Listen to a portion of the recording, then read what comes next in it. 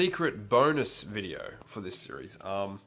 So this is one thing that I feel like I know the least about. I was even considering not making a video for it because of the sheer lack of information I could provide. Now, there was a time in early high school where I could tell you that reading was my key thing that I would do. There would be like, I would go home and I would read my books and I would just get lost in those worlds.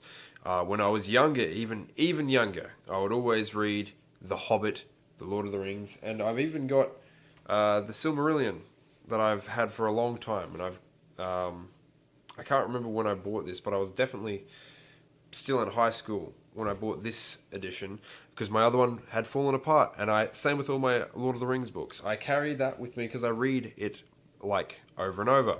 The current book that I'm reading at the moment is Classic Tales of Horror, and it's quite a big thing. And that combined with, if I have it right here, Stardust by Neil Gaiman.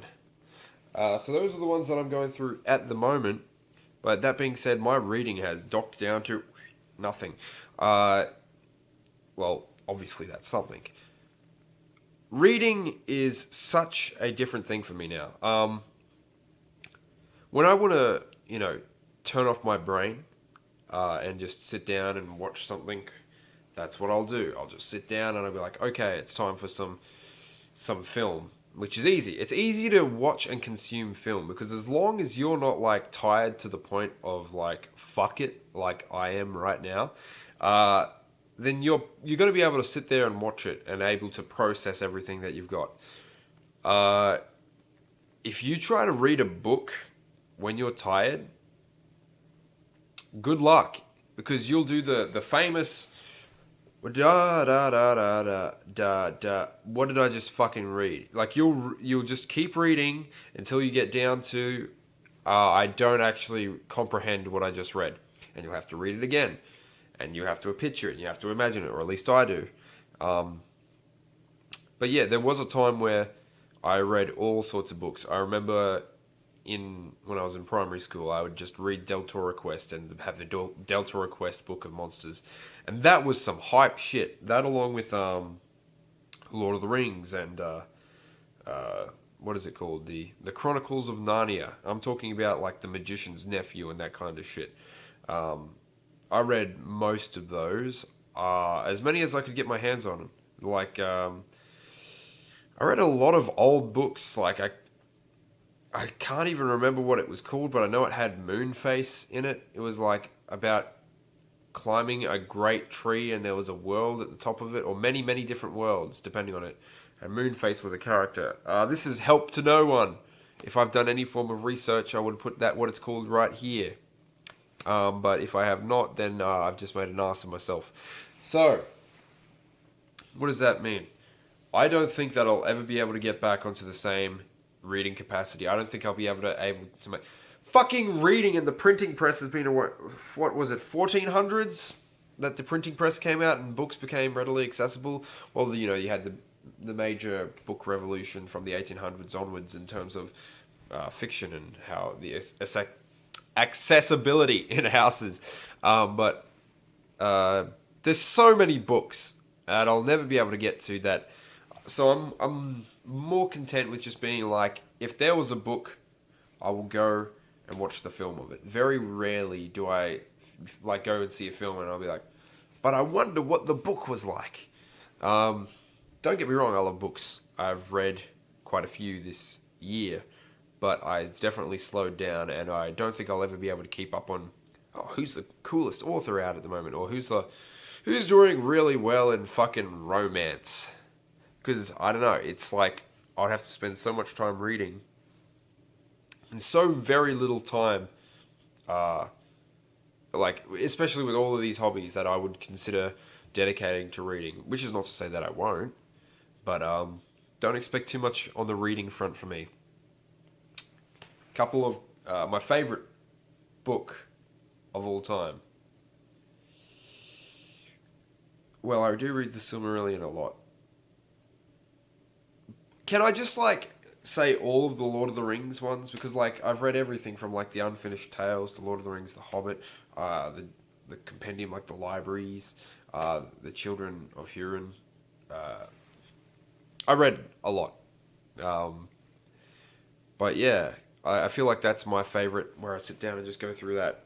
Um, Deltora Quest was fun. I'm not sure if I could ever get back into it at my current age. It's very simple writing.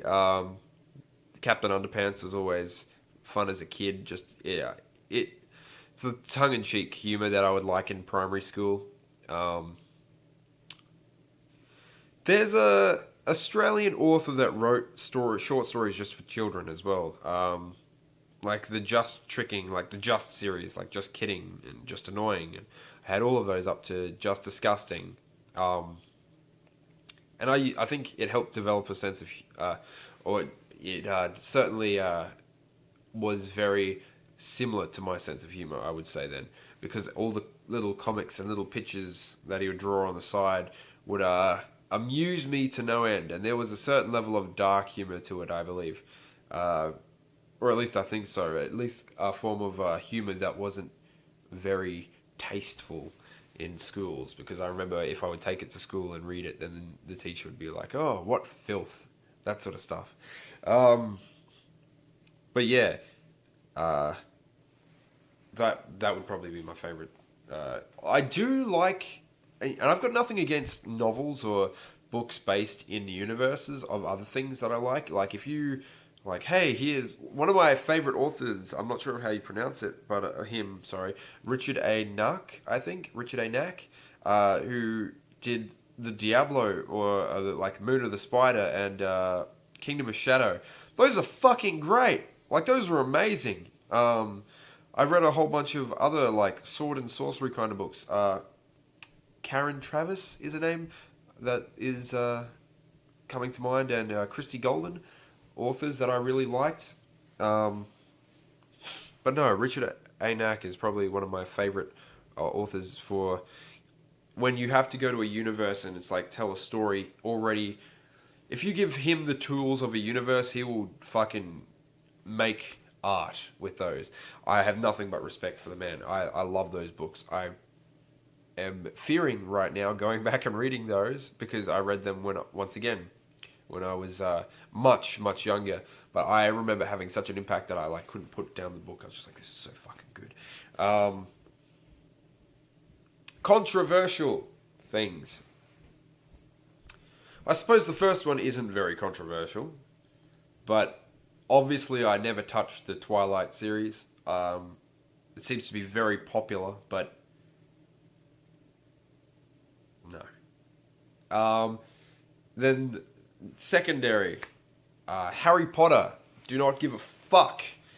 That is not to say that I have not read Harry Potter, but that is to say that having read all of them, I did not see what was so special. I had fun with the PlayStation 1 game of Harry Potter.